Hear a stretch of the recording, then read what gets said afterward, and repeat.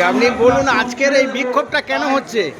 আমাদের রোজগারের তাগিদে আমরা এখানে রয়েছি, আমরা হকারি করি, আমরা ভেঞ্জারকে সহায়তা করি, যত রকম সুযোগ সুবিধা কোনো ভেঞ্জার যদি করেই হয় তাদের সঙ্গে আমরা সহযোগিতাকে আমরা নিয়ে হসপিটাল আমরা তাদেরকে নিয়ে গিয়ে তাদের সেবা শুশ্রূষা করি। আমরা হকার হতে পারি, কিন্তু আমরা গরিবের দিকে সবসময় বলি যে আমরা ব্যবসা করব যাতে ভেঞ্জারে কোনো অসুবিধা না হয়। সেই জন্য আমরা সবসময় সবাইকে, আমি হকার ইউনিয়নের সভাপতি, সিআইডি ইউনিয়নের, আমি সবাইকে যখন যেটা অসুবিধা দেখি আমি নিজেই বলি যে এটা ছোটো করো, এটা বড়ো করো, এটাকে এইভাবে করলে হবে না, এইভাবে করো, যেগুলো নিয়মাবলী রাখা উচিত নয় সেগুলো আড়ালে রাখো। এইভাবে আমরা নিজেরা নিজেদের ভিতরে এইভাবে পরিকল্পনা করে ব্যবসা করি। আপনার নাম কি? আমার নাম Manikchandra De, Mathurapur station, hawkers union, Nazirpur.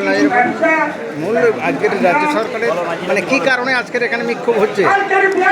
আজকের বিক্ষোভ হচ্ছে মানে গোটা রাজ্য জুড়ে নতুন সরকার তারা মানে হকার উচ্ছেদের কর্মসূচি নিয়েছে। মথুরাপুর এই প্ল্যাটফর্মে হকারদের উচ্ছেদের আজকের নোটিশ দিয়েছিল, ফলে তার প্রতিবাদে সমস্ত হকার সাধারণ মানুষ সবাই জড়ো হয়েছে যাতে এটা উচ্ছেদ না করে, কারণ গরিব মানুষের রুটি রুজি রক্ষার দাবিতে তারা এখানে সামিল হয়েছে।